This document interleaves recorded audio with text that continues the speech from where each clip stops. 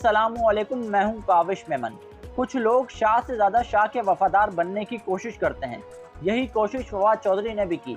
फवाद चौधरी कहते हैं कि किसी का बाप भी इमरान खान को डिस्क्वालीफाई नहीं कर सकता। आप इमरान खान को डिस्क्वालीफाई करें और फिर इस्लामाबाद से निकल कर दिखाएं। आप अपनी हैसियत और औकात के मुताबिक बात करें, हम आपका लिहाज कर रहे हैं। ये वो अल्फाज है फवाद चौधरी के, पहले आप उन्हीं की ज़बानी ये अल्फाज सुन लें। आपका बाप भी इमरान खान को डिस्क्वालीफाई नहीं कर सकता। आप इमरान खान को सीन से हटाएं और फिर मुझे आप इस्लामाबाद से निकल के दिखाएं। आप अपनी हैसियत और औकात के मुताबिक बात करें, हम आपका बहुत लिहाज कर रहे हैं। सबसे पहली बात तो ये कि फवाद चौधरी ने कहा कि आप अपनी हैसियत और औकात के मुताबिक बात करें। फवाद चौधरी साहब, आप कौन होते हैं किसी को किसी की हैसियत या उसकी औकात याद दिलाने वाले? पहले आप बताएं कि आप कौन हैं। आप एक पार्टी के कारकुन हैं, चमचा कह लें आपको, या जो मैंने आगाज़ में कहा कि शाह से ज़्यादा शाह के वफादार बन रहे हैं, तो ठीक है, वहाँ तक तो बात ठीक है, लेकिन आप किसी को किसी की औकात याद नहीं दिला सकते। पहले आप अपनी औकात बताएं, आपकी औकात क्या है। दूसरी बात यह कि उन्होंने कहा कि किसी का बाप भी इमरान खान को नाअहल नहीं कर सकता, और अगर किसी ने इमरान खान को नाअहल करने की कोशिश की तो फिर वो इस्लामाबाद से निकल कर दिखाए।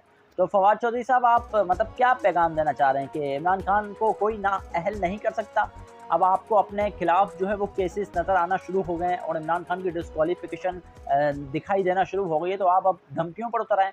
आप अब बाकायदा इदारों को ये धमकियां दे रहे हैं कि अगर आपने इमरान खान को नाअहल किया तो फिर हम आपको इस्लामाबाद से नहीं निकलने देंगे।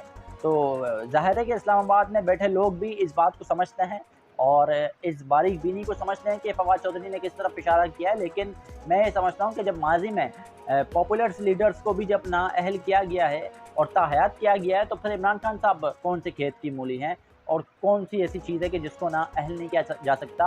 और फिर उनके चमचे इस तरीके की मीडिया टॉक करेंगे कि अगर किसी ने इमरान खान को नाअहल किया तो फिर हम जो है वो इस्लामाबाद से उनको निकलने नहीं देंगे। फिर उन्होंने बातें की कि अपनी हैसियत और औकात के मुताबिक बात करें और मतलब एक गंदी ज़बान का इस्तेमाल किया। फवाद चौधरी साहब, आप शाह से ज़्यादा शाह के वफादार बन रहे हैं और आपको याद होना चाहिए कि आपका माजी क्या है। आपने भी एक लोटे का किरदार ही अदा किया है और आप मुख्तलिफ जमातों से होते हुए आप पाकिस्तान तहरीक इंसाफ में आए हैं। तो ठीक है, आप कम अज़ कम बात करें तो इखलाकियात के दायरे में रहते हुए बात करें। इदारों को उनकी औकात याद ना दिलाएं कि उन्हें क्या करना है। और बिल्कुल फवाद चौधरी साहब, आपने बिल्कुल ठीक कहा कि इमरान खान को अगर डिस्क्वालीफाई किया जाता है तो बिल्कुल आप इदारों पर चढ़ाई मारेंगे। और इससे पहले हमने देखा कि जब 126 दिन का पाकिस्तान तहरीक इंसाफ ने इस्लामाबाद में धरना दिया, और आज भी पाकिस्तान तहरीक इंसाफ कहती है कि वो एक पुरअमन धरना था, जबकि हक़ाइक़ सबके सामने है कि वो कोई पुरअमन धरना नहीं था, बल्कि एक पुरतशद्दुद एहतिजाज था। एक जत्थों को लाकर इस्लामाबाद पर मुसल्लत किया गया था, दारुल हुकूमत पर चढ़ाई की गई थी। चीनी सदर का दौरा हमने देखा उस दौर में, उस वक्त के दौरान जब 126 दिन का धरना दिया पाकिस्तान तहरीक इंसाफ ने इंतखाबात में धांधली के खिलाफ, तो उस चीनी सदर का दौरा पाकिस्तान था, वो शदीद तरीके से डैमेज हुआ।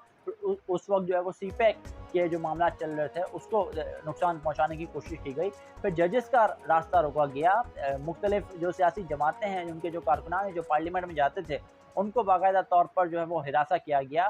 सरकारी इमारत पर चढ़ाई मारी गई। फिर मुख्तलिफ मीडिया हाउसेस का नाम लेकर उन्हें धमकाया गया कि हम आपको नहीं छोड़ेंगे। और बाकायदा फिर हमने देखा कि इमरान खान की उस तकरीरों के बाद किस तरीके से निजी टीवी चैनल्स पर हमला हुआ, उनके रिपोर्टर्स को मारा पीटा गया, सहाफ़ियों पर किस तरीके से गंदी और गलीज़ ज़बान का इस्तेमाल किया गया, खातून सहाफ़ियों को तशद्दुद का निशाना बनाया गया। बाकायदा मुख्तलिफ सोशल मीडिया पर फुटेजेस मौजूद हैं किस तरीके से पीटीवी पर पाकिस्तान तहरीक इंसाफ के कारकुनों ने, और उस वक्त जो है वो ताहिरुल कादरी की अपनी एक जमात थी, उन्होंने किस तरीके से मिनाजुल कुरान के जो कारकुनान थे, वर्कर्स थे, उन्होंने किस तरीके से पीटीवी पर चढ़ाई मारी, मुख्तलिफ मीडिया हाउसेस पर हमला किया, जियो टेलीविज़न पर हमला किया। तो वो आपका एक जो एक गंदा और एक बदबूदार एक सियासी इमेज है आपका, वो पूरी कौम के सामने है। मतलब आप अब अगर ये बता रहे हैं कि हम आपको छोड़ेंगे नहीं, तो बिल्कुल मतलब लोगों को पता है कि आप किस तरीके की फिर गंदी पॉलिटिक्स पर आ जाते हैं। आप ये कहते हैं कि भाई अगर हमारे हक में फैसला आता है तो फिर तो तमाम इदारे न्यूट्रल्स भी हैं, तमाम इदारे जो है वो अच्छा काम भी कर रहे हैं और मतलब पाकिस्तान भी जिंदाबाद है, तमाम चीज़ें ठीक हैं। लेकिन अगर जो है वो आपके हक में चीज़ें नहीं आती तो फिर पाकिस्तान के डिफ़ॉल्ट होने का ख़तरा भी हो जाता है। अगर आपके हक में चीज़ें नहीं आती तो फिर पाकिस्तान खुदा न खास्ता जो है वो दिवालिया हो सकता है। अगर आपके हक में चीज़ें नहीं आती तो फिर आप ये कहते हैं कि जो आप जो है वो इस्टेब्लिशमेंट पर चढ़ाई मारते हैं, आप कहते हैं कि न्यूट्रल क्यों है। मतलब तमाम सियासी जमातें ये कहती हैं कि इस्टेब्लिशमेंट अपना सियासत में किरदार अदा ना करे। आपकी वो वाहिद जमात है जो कहती है कि न्यूट्रल्स किरदार अदा करें सियासत में, लेकिन किसी के लिए नहीं करें बल्कि हमें बचाने के लिए करें। हमें जो हमारी पुष्टपनाही करें, तो आपका एक सियासी किरदार जो है वो सबके सामने है। पाकिस्तान तहरीक-ए-इंसाफ ने जिस तरीके से एक गंदी और एक बदबूदार एक सियासत की है पाकिस्तान में, वो सबके सामने है। फिर बिल्कुल इसी तरीके से जब अदालत में जब आपके हक में फैसले आते हैं, तो फिर अदालतें अच्छी हो जाती है, और आपके खिलाफ फैसले आते हैं तो फिर अदालतें बुरी हो जाती है।